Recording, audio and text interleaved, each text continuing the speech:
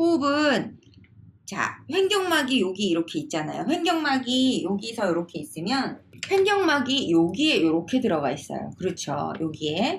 그러면 횡격막이 밑으로 이렇게 횡격막이 하는 역할은요. 이게 필라테스 호흡이 조금 저는 잘못됐다고 생각하는 게 조세 필라테스가 그렇게 얘기를 했어요. 그리고 조세 필라테스도 체형이 그래요. 그러니까 잘못 알려준 게 아니에요. 하지만 제 생각은 과학적인 부분에서 이게 아니라면 선생님들이 그것도 받아들여야 된다고 저는 생각하거든요. 조세 필라테스가 일자 척추를 강조한 것처럼 그것처럼 옆으로 벌리는 게 횡격막이 하는 역할이 아니에요. 횡격막이 하는 역할은 수직으로 이 공간을 수직으로 늘려주는 역할을 하는 거예요. 수직으로. 그러니까 이 코가 불편하시니까 가슴을 너무 크게 움직인다기보다 이분은 호흡 자체를 아예 보조호흡근을 쓰는 게 패턴이 되어 있으신 거예요. 그런데다가 본인이 코가 불편하니까 호흡을 자꾸 액션적인 호흡으로만 하려고 하시는 거예요. 그러면 이런 분들한테 예를 들면 저 같은 경우는 횡격막의 이 그림을 아예 보여드리기도 해요. 횡격막이 왜냐하면 횡격막이라는 그 개념 자체를 자꾸 이해를 못 하시는 경우가 많아요. 뭔가 막이라고 하니까 되게 막같이 생겨 있고 그래서 아예 예를 들면 이런 어플 있잖아요. 이런 거 켜서 횡격막이요. 여기서 뭐 이렇게 생겨 있어요. 이렇게 말씀을 드려 눈으로 보게 해드리는 거예요. 그러고 나서 횡격막 여기 검상돌기에 붙어서 아까처럼 이렇게 붙어 있잖아요. 그러니까 손을 여기에다가 이렇게 갈비뼈 안에 집어넣거나 아니면 여기에다가 딱 놓고 콜록 하게 시켜보세요. 콜록 선생님도 해보세요. 콜록. 그러면 그때 콜록 손에 닿는 게 횡격막이에요. 콜록. 그쵸? 그러면 횡격막이 마시는 숨에 수축을 하니까 내려와야 되죠. 내려와야 되는데 여기다 손 놓고 콜록 했죠. 그러면 횡격막 느꼈어요? 그리고 갈비뼈 옆으로 벌리는 호흡 해보세요. 횡격막 닿나요? 횡격막 안 닿아요, 손에.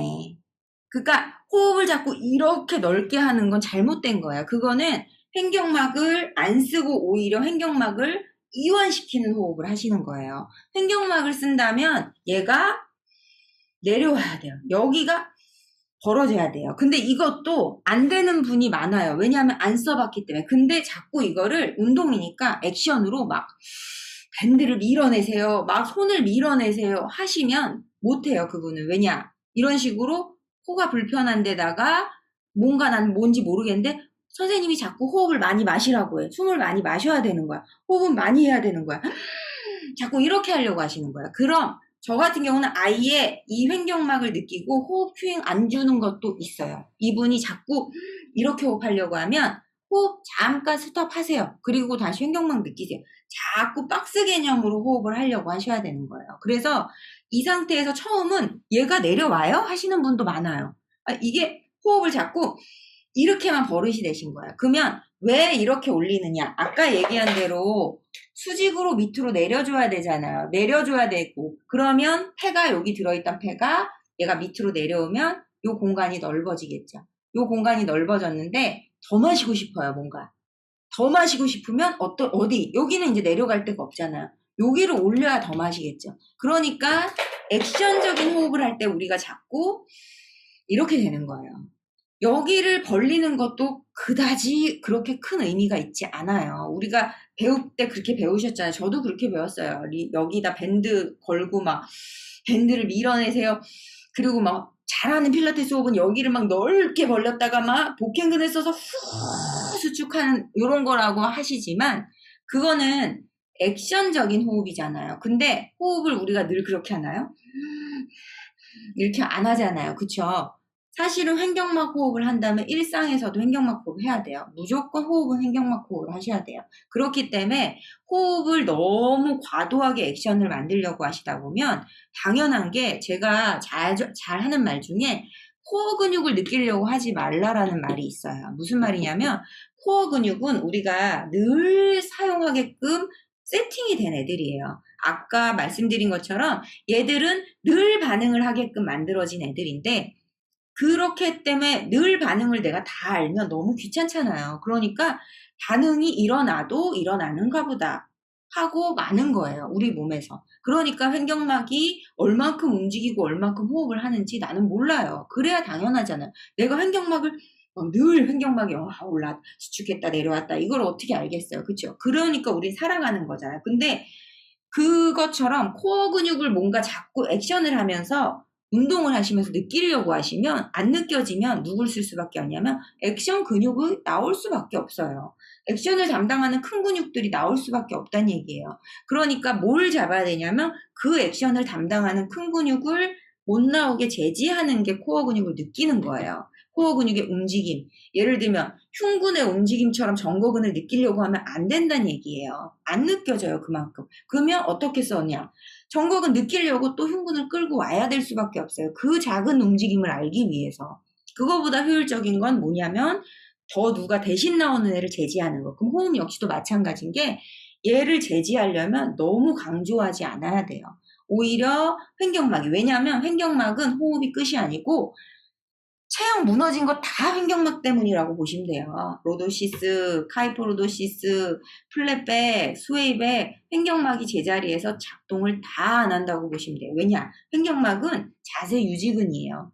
그러면 호흡을 횡격막으로 잘 하신다면 호흡이 그렇게 화려하게 액션이 있지 않아요. 왜냐? 얘네들은 호흡의 코어 근육이기 때문에. 그런데 그 호흡을 너무 액션적으로 하려다 보니까 다른 보조 액션 근육들을 막 쓰시면서 호흡을 하려고 하는 거예요. 그러니까 선생님도 마찬가지고 회원님께도 횡격막을 느껴보는 걸 자꾸 인지를 시켜보세요. 그래서 예를 들면 저는 잘 하는 얘기가 이렇게 마술판 같은 거 이렇게 여기 쑥 집어넣잖아요. 그거 하듯이 이렇게 횡격막이 내 몸의 중심에서 지붕처럼 딱 있다는. 그러니까 립을 자꾸 여는 게 잘못된 거예요. 립을 자꾸 이렇게 열어서 힘을 쓴다는 건 횡격막이 중심에서 힘을 안 쓴다는 얘기고 안 써도 모르잖아요. 그게 코어 근육이라 그래요. 그러면 우리는 뭘 해야 되냐? 그 코어 근육을 느끼는 게 아니고 그 안 쓰게끔 만드는 큰 근육의 힘을 알아차리고 스탑할 수 있어야 돼요. 정말 운동을 잘하고 몸을 잘 쓰시는 분은 제 생각에는 힘을 잘 쓰고 유연하고 액션이 많이 나오는 것보다 스탑할 줄 아는 능력이 강하신 분이에요.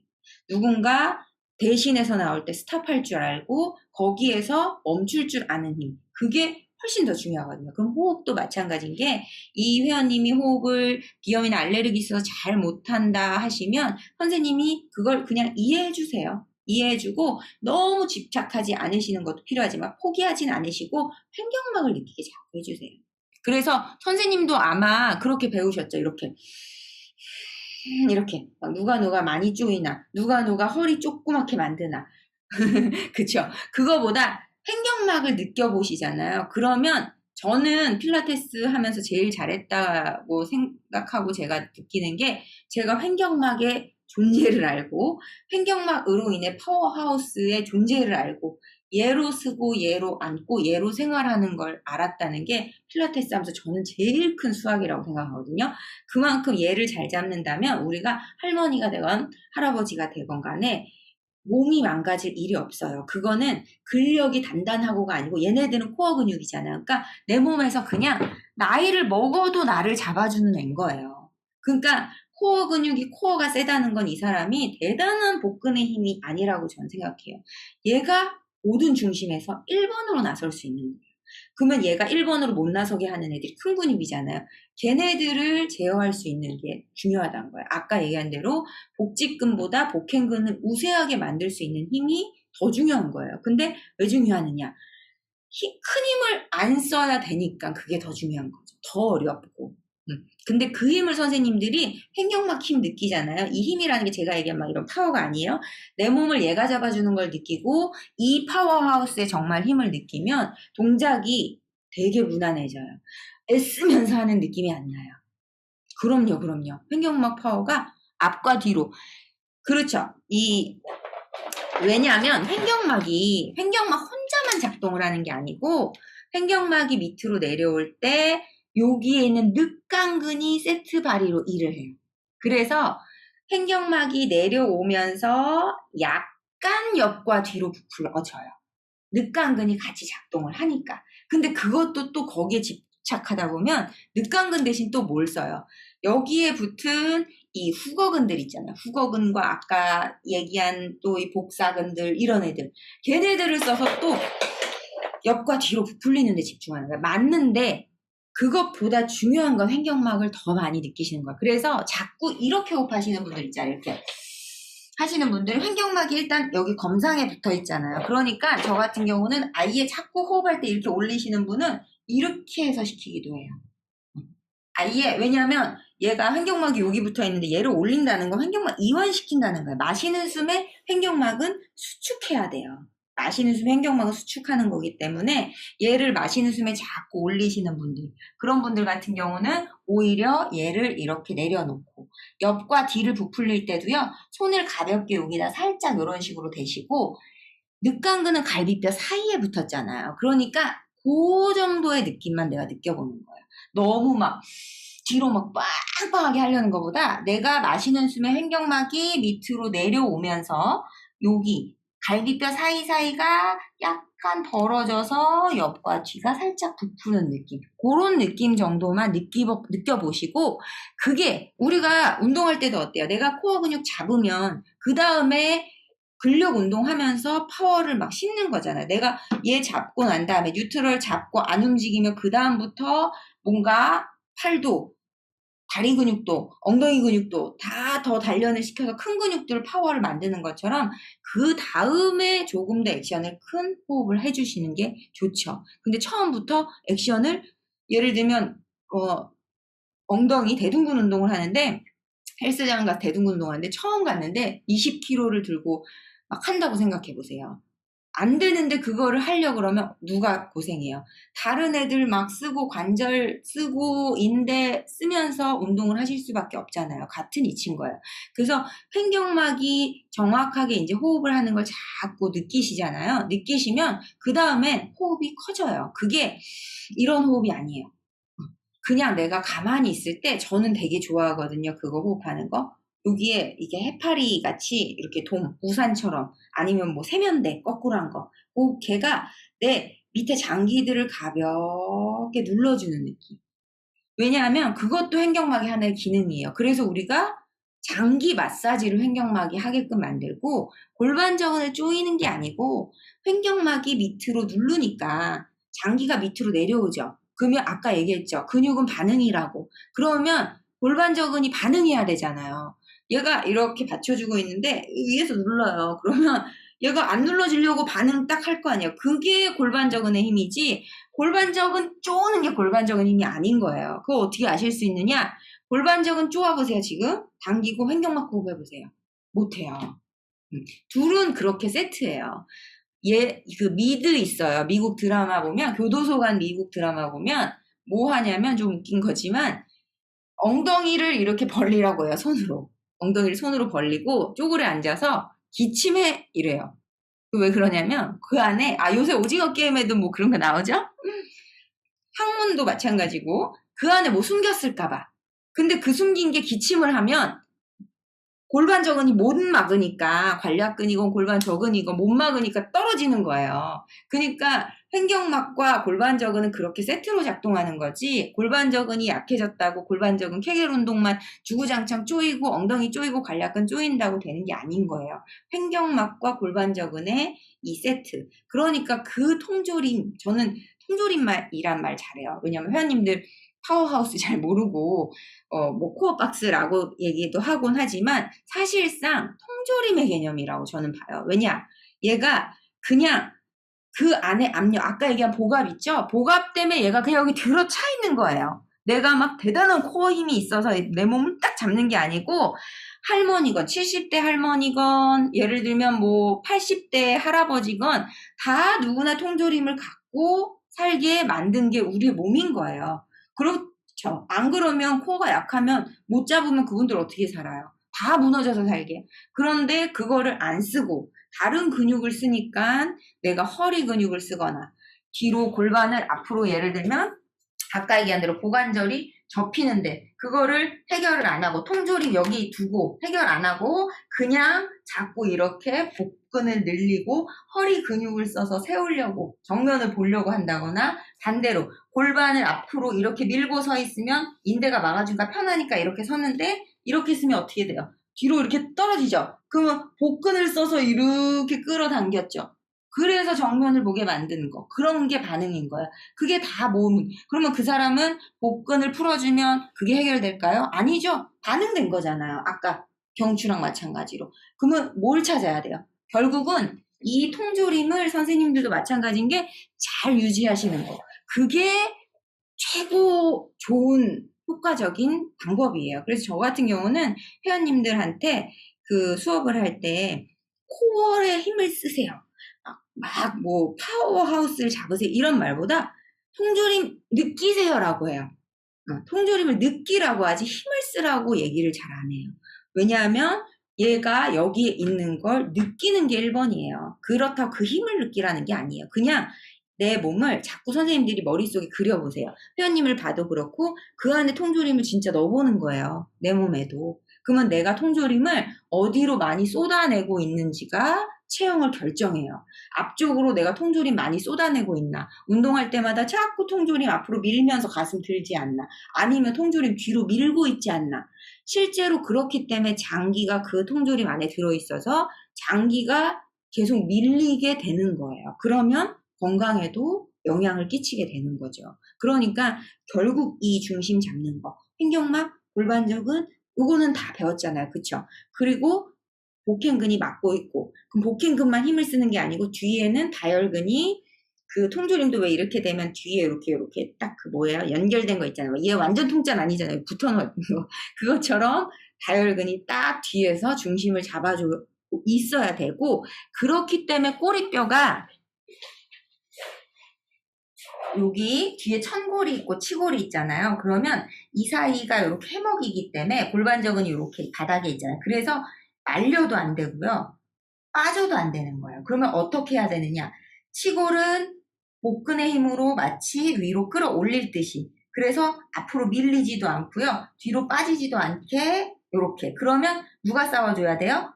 얘가 싸워줘야 돼요. 위로 당겨 올려줘야 돼요. 다혈근이. 그래서 뉴트럴을 만들려고 해야 되는데 얘가 예를 들면 이렇게 됐다고 얘를 엉덩이 힘을 쓰면서 허벅지 앞에 힘을 써서 이렇게 만드세요 하시는 분들 있죠? 이런 분들이 잘못된 이유가 그건 거예요. 여기서 잡아야 될 움직임을 하체로 쓰고 있으신 게 되는 거고 아까 얘기한 대로 이렇게 자꾸 앞벅지를 늘려서 쓰시게 되면 얘 반응이 고관절 신전에 있어서 무너질 수밖에 없겠죠. 이센트릭의 힘을 자꾸 쓸 수밖에 없는 거예요. 허벅지 자꾸 이렇게 쓰시는 분들. 이렇게.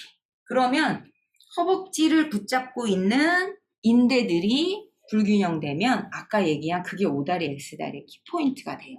위에서 잡고 있는 힘이 밑에 무릎에 영향을 끼치게 되시는 거예요. 단순히 구조적으로 허벅지뼈가 돌아가고 물론 그게 같은 이치일 수도 있죠. 근육 때문에 그렇게 돌아가는 거지만 그거를 알고 보시면 아, 이 사람이 허벅지 근육을 어떻게 쓰는구나가 자꾸 보여요. 그리고 그게 또 패턴이 생겨버리고요. 그래서 저는 그런 얘기도 해요. 제가 조금 이렇게 우리가 원래 기억에 잘 남으려면 막 이런 얘기 웃기지만 더럽고 야하고 뭐 이렇게 막 잔인하고 이런 이 쇼킹한 게 많이 기억에 남는다고 하거든요. 그래서 저는 심지어 이런 얘기도 해요. 몸에 골반에 꼬챙이를 이렇게 딱 꽂았을 때 거기 가운데 통조림 딱 꽂아놔라 이런 얘기도 해요. 그래서 그 꼬챙이가 골반 여기서 이렇게 나왔잖아요. 그러면 내 내측 복숭아뼈 살짝 앞쪽에 떨어지는 거예요. 그래서 골반이 이렇게 있으면 밑에 발바닥에서 얘가 너무 앞으로 밀리지도 뒤로 빠지지도 않게 그 여기 가운데서 빠져나온 그 선이 내측 복숭아뼈 앞에 살짝 떨어지는 거고 그 꼬챙이에 꽂힌 통조림이 여기 딱 있다고 생각하시면 되는 거예요. 그래서 그냥 회원님들한테 립을 자꾸 닫으세요. 립을 닫으세요. 라는 것보다 그렇게 자꾸 이렇게 잡게끔 만들어 주시는 거야. 얘가 흔들리지 않게 자꾸 쓰세요. 통조림 무너졌어요. 자꾸 막 이렇게 말씀해 주시면 그리고 또 더 기억을 잘해요. 그러니까 뭐 예를 들면 제가 아까 얘기한 대로 앞으로 다 쏟아지고 있어요. 막 이렇게 저는 얘기해요. 재밌게. 그러면 또 회원님들이 어이쿠 하고 또 이렇게 잘 잡으시기도 하거든요.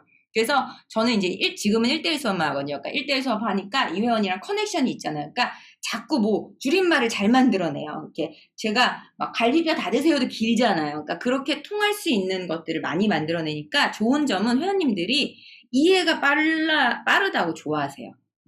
선생님이 설명해 주니까 이해가 빨라요 라고 하면서 좋아하시거든요. 그러니까 정답이 없어요. 선생님들도 자꾸 뭔가 쉬운 거 있죠. 그리고 뇌리에 팍 박힐 만한 그런 것들을 회원님들한테 큐잉할 때 써주시면 아마 조금 더 이해하는데 회원님들이 더 도움이 많이 되실 거예요. 그래서 서 있으실 때 나중에 이제 제가 발도 한번 이제 하겠지만 그런 것들의 느낌을 느껴서 어떤 한 근육, 아까도 저기 질문하신 것처럼 어떤 한 관절, 근육 이런 거에 집착하지 마시고 전체적인 몸을 자꾸 통으로 보는 연습을 해보세요.